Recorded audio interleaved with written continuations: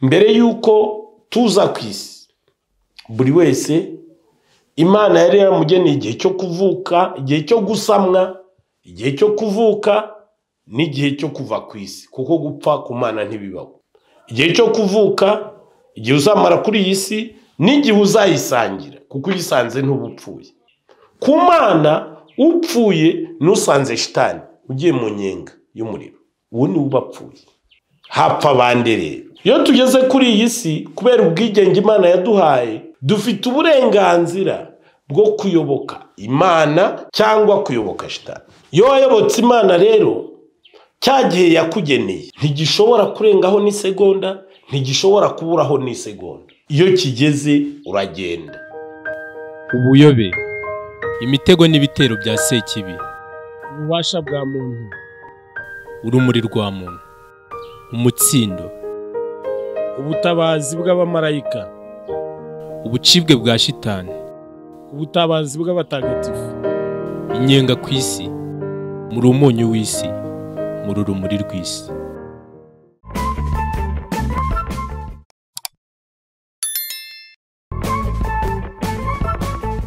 Bavandimwe nkoramutima za Nyagasani, inshuti z'urumuri muri Kristo TV,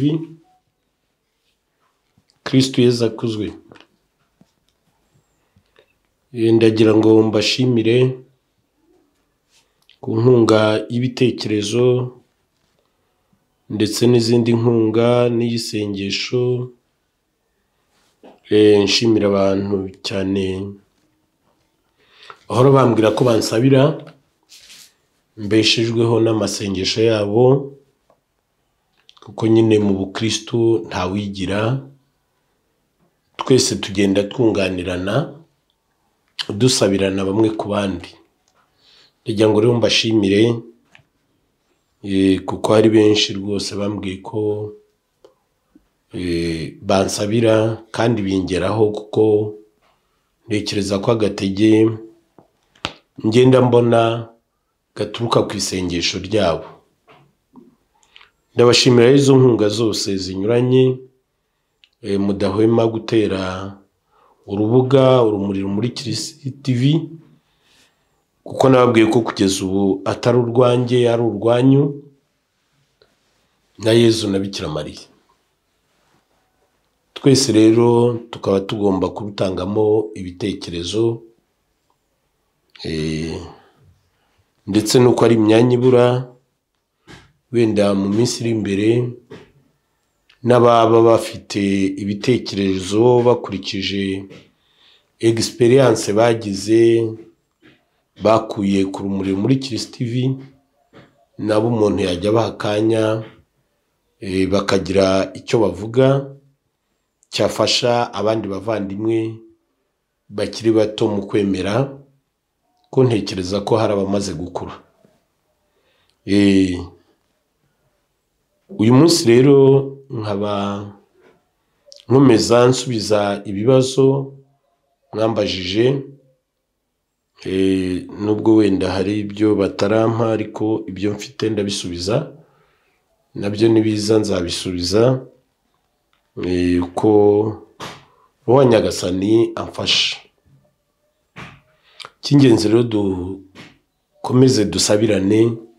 Niyo mpamvu urubuga rwa mbere nashyizeho nako rwa kabiri hamaze kujyaho Urumuri muri Kristo TV rwitwa dusabirane, nuko nzi ko nta muntu ushobora kwisabira ubwe adafatanije n'abandi.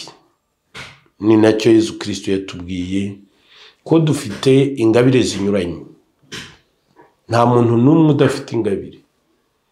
Muri izo ngabire zinyuranye rero zibereyeho kuzuzanya.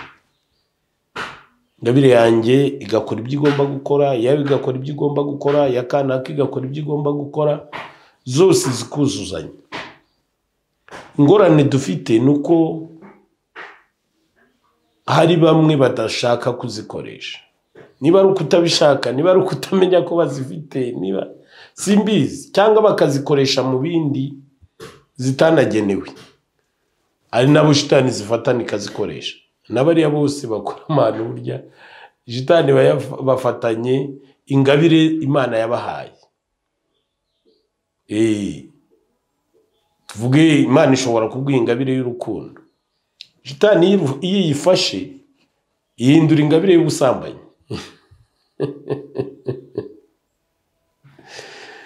Yaba yaraguhaye ingabire yo gukiza, shitani yayifata ikayikoresha mu kwica. Yaba Imana yaba yaraguhaye ingabire yo gutanga amahoro, shitani yayifata ikayikoresha mu kubuza abandi amahoro. Gutyo nyine muzajya mubibona hari izo shitani iba yarafashe ikazikoresha nyine mu murimo wayo, kuko icyo gihe shitani yifashe iyikoresha ikinyuranyo n'Imana yayigeneye. Ubwo mba ngira ngo nabyo mujye mu bigenzura. Ibibazo utese ingabire yanjye irakora iki Imana yayimpereye cyangwa irakora ikinyuranyo. Nusanga ikora ikinyuranyo uzamenye ko shitani yayifashe. Hakaba rero n'abandi bazishyira mu gitambaro bakabika. Ari Imana ntizikora gushaka kw'Imana na shitani ntizifate zikabaho zibitse. Ni byiza rero ko ingabire zacu zuzuzanya kugira ngo Kiliziya irusheho gutera imbere no gukomera, kuko Kiliziya nuko nabibabwiye ndabisubiramo n'ubwami bw'Imana ku isi. Kiliziya wabyumva utabyumva, wabyemera utabyemera, n'ubwami bw'Imana ku isi. Kutabyemera ntacyo bigabanyaho, kutabyumva ntacyo bigabanyaho. Byakabaye byiza twese tubyumvise kuko nibyo bidufitiye akamaro. Nibyo bidufitiye akamaro, kugira ngo ejo utazibuka ibitereko washeshe. Washeshe. Mu rugamba turwana, rimwe twigeze guhura na roho zo mu Prigatori. Izo Nyagasani yagira impuhwe zo kujya muri Prigatori zitigeze zimenya Kiliziya, ariko zavuga ko niba hari agahinda zari zifite muri Prigatori ni ukuba igihe zamaze ku isi zitaramenye Kiliziya. Ni ibintu bibiri: zitaramenye Kiliziya, zitaramenye umubyeyi Bikira Mariya. Umubyeyi Bikira Mariya mu mpuhwe ze buri gihe ngo arazisura. Izidashobora kumubona, kuko hari izidashobora kumubona, ikizibwira ko yahageze ngo ni amahoro zumva zifite, amahoro atarigeze abaho. Iyo yazisuye ziba zifite amahoro atarigeze abaho. Zivuga rero ko zibabazwa cyane. Ubundi bizibabaza ni ibintu bitatu: zibabazwa n'ibyo zakoze zikiri hano ku isi bitaheshaga Imana ikuzo, kandi no kubona ibyo zagombaga gukora. Ubwo zibabazwa n'ibyo zakoze, zikababazwa no kubona ubushobozi zari zifite bwo gukora ibyiza, ubushobozi zari zifite bwo gukora ugushaka kw'Imana. Ibyo bintu rero bikababaza izo roho zo mu Prigatori, zibona ibibi zakoze, zikabona n'ubushobozi zari zifite bwo kubyirinda, zibona ububasha zari zifite zitigeze zikoresha,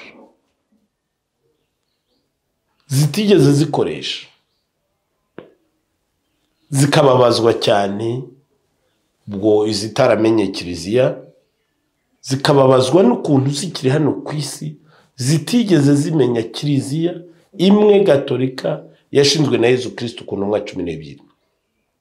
Zikababazwa n'ubuyobe, ziba zifite agahinda k'abantu bari ku isi n'uyu munsi batarayimenya. Birazibabaza cyane. Zikababazwa n'imiryango yazo, kuko byibura izakuriye muri Kiliziya Gatolika imiryango yazo irazisabira. izindi rero zikababazwa nuko izindi zisabirwa, zibona zisabirwa zivamo zo zikabona nta imiryango yazo nta kirimo ikora. Ndetse zavuze ko hari igihe n'ijuru riziha chance yo kujya gusaba amasengesho mu muryango wazo, banza ngo ari rimwe mu cyumweru. None rero iyo ngiyo urumva ntiyajyayo guke kuyasaba batari buyiyahe, urumva gahinda bifite. Nimubwire ngo hirya y'ubuzima haroroshye, ubwo nibaga ndimo mbibira ntiyajyayo ibifite agahinda. Ikababazwa cyane n'ukuntu zitigeze ziha agaciro umubyeyi Bikira Mariya, kandi ari uza kuzihumuriza hafi buri munsi. Zikababazwa n'ukuntu zamwirengagije cyangwa zamusuzuguye cyangwa zamututse zikiri hano ku isi. Nuko nyine ab'ijuru ntibitura inabi ku nabi ibyo ab'ijuru ntibabireba, ariko zo ziba zibabaye, ziba zifite ako gahinda. Tujye rero twitonda, dusabirane, twicishe bugufi, ko burya ikintu kibuza abantu kuba muri kiliziya no kubaha umubyeyi Bikira Mariya ni ukwikuza, ni ubwirasi, nta kindi. Ni ukwikuza n'ubwirasi. Kuzumva abantu bavuga ngo no, ngo sinajya gupfukama imbere y'umuntu ngo mubwire ibyaha byanjye, umva ni ukwikuza. Abandi ngo no, ngo sinasenga umugore, ni ukwikuza. Uretse ko tutanamusenga tumwiyambaza. Abandi ngo no, ngo padiri ahora asubira mu bintu bimwe. Urumva ni ukwikuza. Ntabwo rero ijuru ntabwo rijyana no kwikuza. Ijuru buri gihe ryicisha bugufi.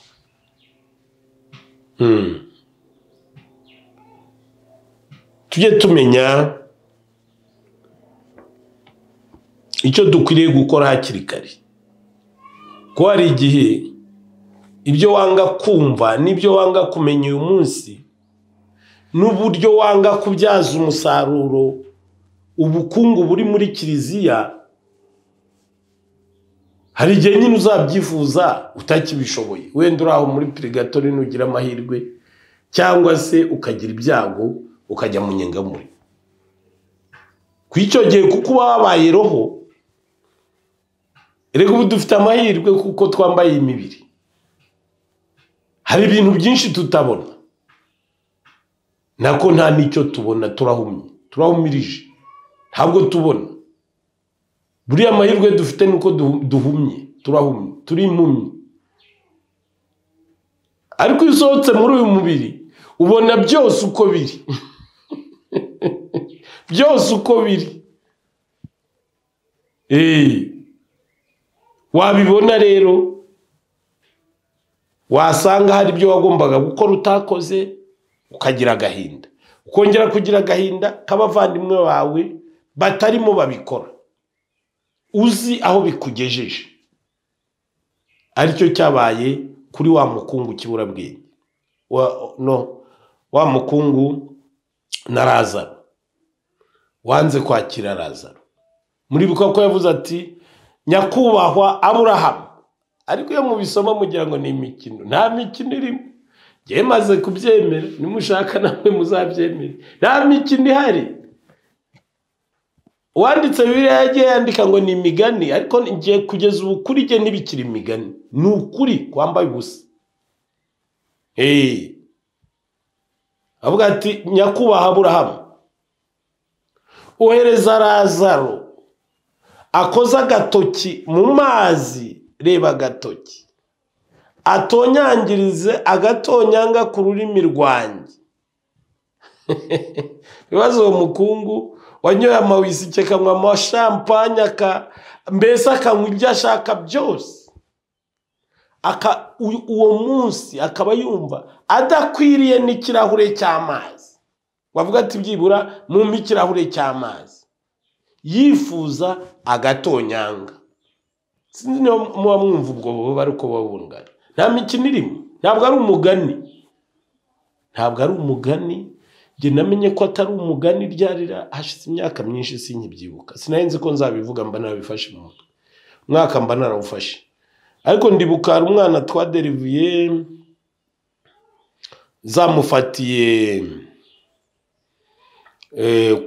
zamufatiye ku giti cy'umwembe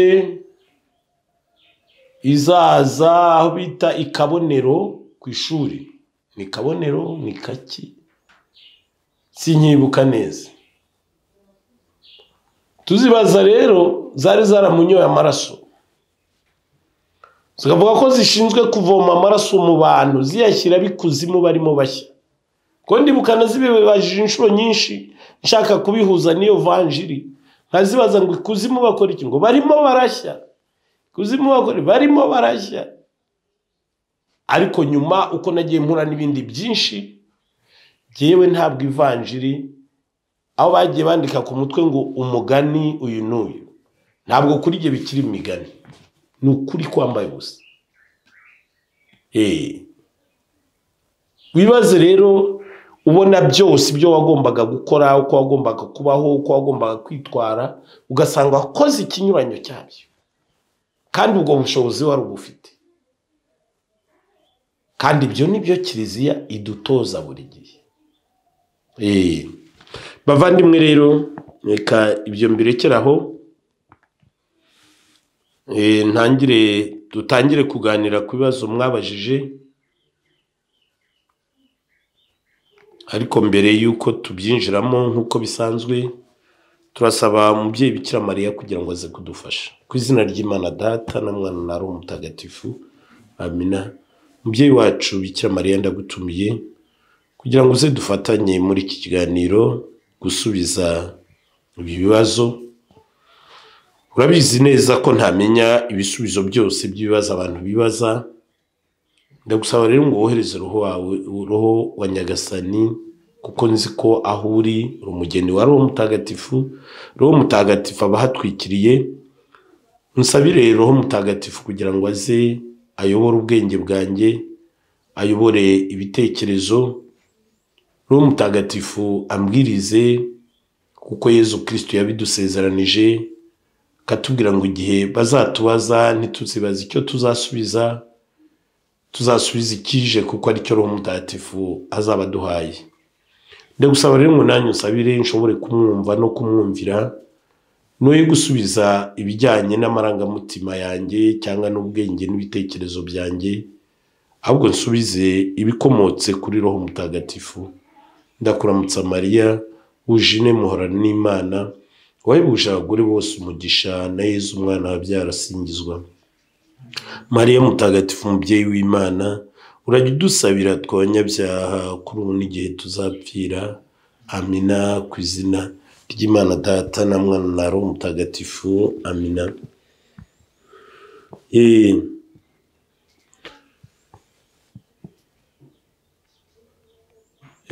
Ikibazo cya mbere kiragira kiti: gutuka shitani ari ugutuka shitani, ari ugusingiza Imana, buri igifitiye umukristo akamaro, cyangwa se muri make igishimisha Imana ni ikihe? Icyo umukristo akwiye gushyiramo imbaraga cyangwa guha umwanya kurusha ikindi ni ikihe muri byose, muri ibyo? Ari ibibazo rero biba bishekeje, kuko mu bintu kiliziya yatwigishije ntigeze twigisha gutukana. Yatwigishije gusingiza Imana, kushengera Yezu Kristo, kuyitaramira n'ibindi byinshi, no kubaha umubyeyi Bikira Mariya. Ntabwo kiliziya yigeze twigisha gutukana. Uko gutukana rero aho gukura ntabwo mpazi. Niba warumvise umuntu utuka shitani, uretse yuko nta n'uwo ndumva yituka, ahubwo abantu batuka Imana. Ndumva icyo mbaza ni ikinyuranyo kibiriho.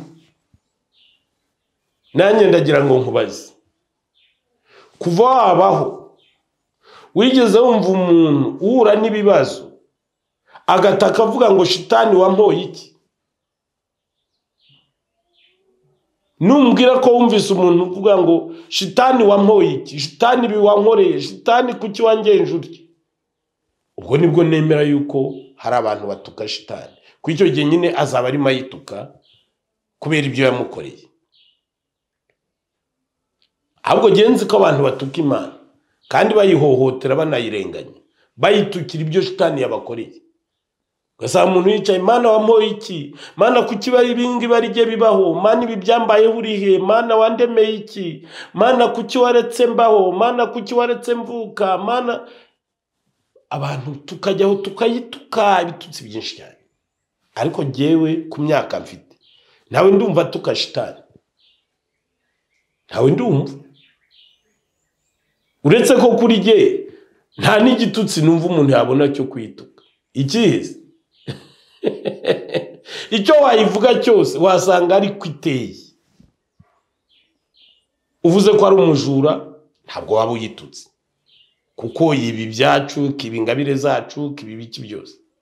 Uvuze ko ari umwicanyi ntabwo waba uyitutse, irica. Uvuze ko ari umurozi ntabwo waba uyitutse. Uvuze ko ari igicibwa ntabwo waba uyitutse kuko yaraciwe. Uvuze ko ari ikivume ntabwo waba uyitutse kuko yaravumwe. Uvuze yuko ari igicucu ntabwo waba uyitutse kuko ubwenge yari yarahawe yarabwambuwe mbere yo gucibwa. Ntwese wayituka icye gitutse? Genda shaka kuzansobanurira rwose, umbabarire, uzabishyire muri commentaire, uzambwira umuntu wumvise atuka shitani n'ibitutsi yayitutse. Uzabongiriye neza, wenda nanjye nzabona ibyo nyituka kuko narabibuze.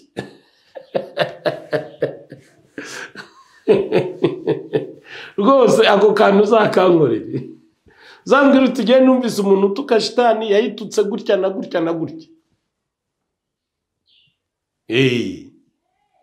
Naho kumbaza ngo ese ngo umuntu yemerewe gutuka shitani cyangwa gusingiza Imana? Kiriziye twigisha uretse no gutuka shitani no gutuka abantu turabibujijwe. Gutukana ntitubyemera kuko gutukana ni bya shitani, ariko twemerewe kuvuga ukuri. Kuyivuga ukwiri ntabwo ari ukuyituka. Ese uri umurozi nkavuga ko uri umurozi naba ngututse? Uri umwicanyi nkavuga ko uri umwicanyi naba ngututse? Uri umusambanyi nkavuga ko uri umusambanyi naba ngututse? Mbikuvuzeho utabikora naba ngututse nanagusebeje, sibyo? Ariko ubikora ntabwo naba ngututse, naba mvuze ukuri. Ndagira ngo rero uzambabarire umbwire uwo muntu watutse shitani n'ibitutsi yayitutse. Rwose ndabigusabye. Muvandimwe arakomeza ati, Imana ntiyica irakiza, itanga ubuzima. Nibyo koko Imana nta kibi igambirira ku muntu, ariko twemera ko ari itanga ubuzima ikanabwisubiza igihe yagennye kigeze. Ibi byose ni ukuri, kandi ngo shitani niyo yica. Ariko ko numva yiburanira cyane. Kuburanira shitani cyane mufitanye irihe banga? Shitani irica rwose, n'umwicanyi. Na Yesu yarabivuze ko kuva kera shitani ari umwicanyi. Sijye ubivuze jyenyine, shitani ni umwicanyi. Ahubwo wambaza utese yica abande? Imana ikiza abande? Irengera abande? Mbere yuko tuza ku isi, buri wese Imana yari yaramugeneye igihe cyo kuvuka, igihe cyo gusamwa, igihe cyo kuvuka n'igihe cyo kuva ku isi, kuko gupfa ku Mana ntibibaho. Sibyo? Gupfa ku Mana ntibibaho. Igihe cyo kuvuka, igihe uzamara kuri iyi si n'igihe uzayisangira, kuko uyisanze ntubupfuye. Cyo ndagira ngo tucyumvikane. Ku Mana upfuye nusanze shitani ugiye mu nyenga y'umuriro, uwo ni ubapfuye. Hapfa bande rero?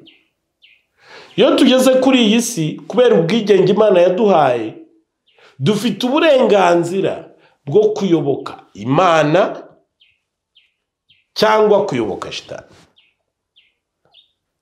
Iyo wayobotse Imana rero cya gihe yakugeneye ntigishobora kurengaho n'isegonda, ntigishobora kuburaho n'isegonda.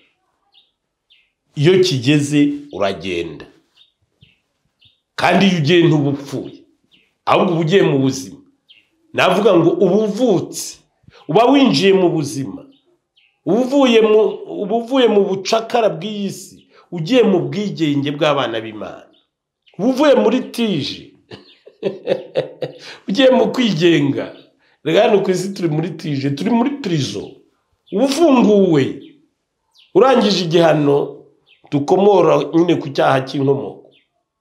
Waba waritwaye neza rero tije uyirangije, ukajya mu byishimo bizahoraho iteka. Icyo gihe ntabwo navuga ngo urapfuye, ahubwo ubonye ubuzima.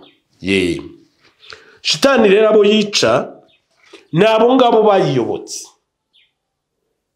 kuko ibyo wayikorera byose ntishobora kugukunda, ntiyakuremye, ntiyagucunguye. Iragukoresha, ikagukoresha agatunambwenu, ikagukoresha ubucakara, yakeka ko ushobora kuyicika, ikagukuraho, ikakujyana mu nyenga y'imbuto, mu nyenga y'umuriro. Iyo rero ishobora kukwica n'igihe Imana yakugeneye kitaragera. Birashoboka, kuko shitani irica, ariko Imana ntabwo yica. Ku Mana nta rupfu ruhaba. Urupfu ruba kwa shitani, icyo ukimenye. Ku Mana nta rupfu rubayo, habayo ubuzima, ikabuguha kuva mu ntangiriro uvuka, ukabukomeza, ukazabukomereza mu bwami bwayo iruhande rwayo. Nta rupfu rero ruba ku Mana. Ariko shitani irica. Ukavuga utese byaba bishatse kuvuga ko shitani yica Imana ikararuza abamaze kwicwa, cyangwa shitani irica ikoherereza Imana. Wayahangaha nawe wabusuzuguye Imana ugakabye. Shitani irica ikoherereza Imana, ariko Imana kuki muyifata nka mugenzi wanyu cyangwa nk'akantu k'ubusa? Iyo uvuga amagambo nk'aya waba uvuga nk'umuntu utazi Imana icyo ari cyo. Imana ni umuremyi, ni umugenga wa byose, ikaba n'umucamanza utabera, kuko na babandi shitani yishe banyura mu butabera bw'Imana. Ko shitani ikikora ni ukukwica ukava mu mubiri, nta kindi. Sinayikugenera aho ujya. Iyo umaze kuva mu mubiri unyura mu butabera bw'Imana, Imana ikakugenera aho ujya, ubutabera bw'Imana bukakugenera aho ujya, bijyanye n'ibyo wakoze.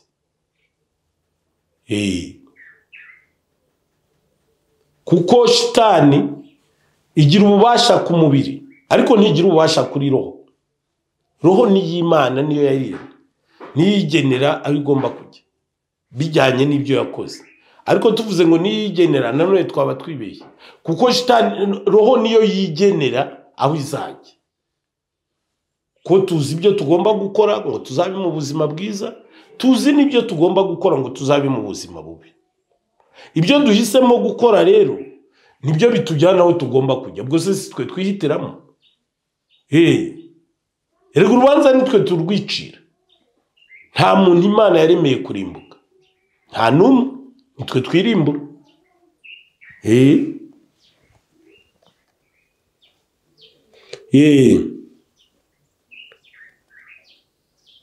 Ntawe ugera ku Mana atanyuze mu rupfu rw'umubiri. Ntabwo ari ukunyura mu rupfu atavuye mu mubiri hubwo. Iyo uvuga utyo nta gupfa byo bikuremo. Ntawe ugera ku Mana atavuye mu mubiri. Ku mubiri ni envelope. Ntabwo rero wasoma ibaruwa udaciye envelope. Envelope barayica, amara kuyica bagakuramo ibaruwa, envelope bakayijugunya. Ntawe ugera ku Mana atavuye mu mubiri wibicurika. None biramutse ari uko kuri iyo mvugo kwitaba Imana yaba ifite akahe gaciro? Kwitaba Imana bifite agaciro nyine uvuye mu mubiri wese anyura mu butabera bw'Imana. Uko niko kwitaba Imana. Bwa butabera nibwo bumugenera aho agomba kujya. Niba agomba kujya muri Prigatori bijyanye n'ibyo yakoze, niba agomba kujya mu nyengamuriro, cyangwa niba agomba kujya mu ijuru. Urumva rero nta numwe utitaba ubutabera bw'Imana, utitaba Imana.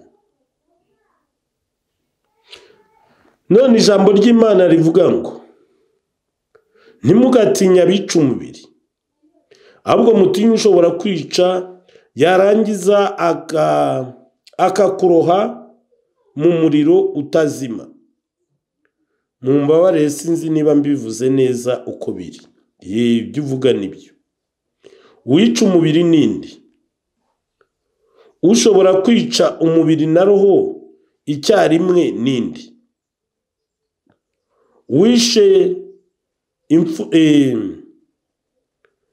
Wishe imfura z'Abanyamisiri ninde? Waroshye ingabo za Farawo mu ngeri y'inyanja ninde? Ananiya na Safira bapfuye bati?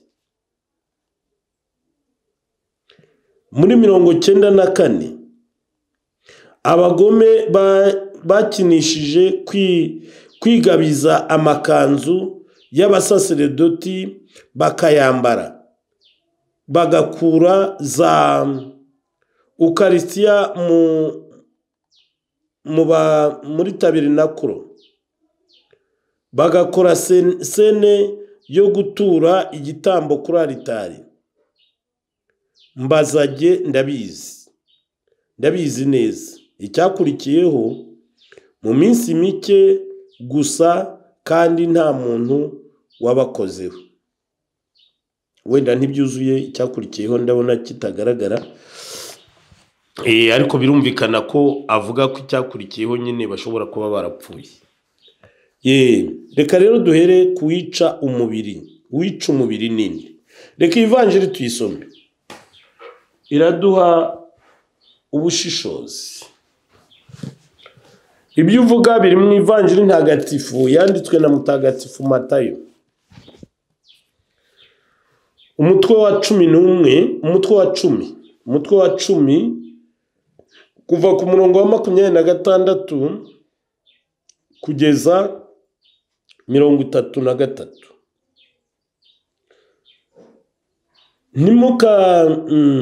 Umutwe uravuga ngo ntimuzatinye kubashirukira ikinyoma,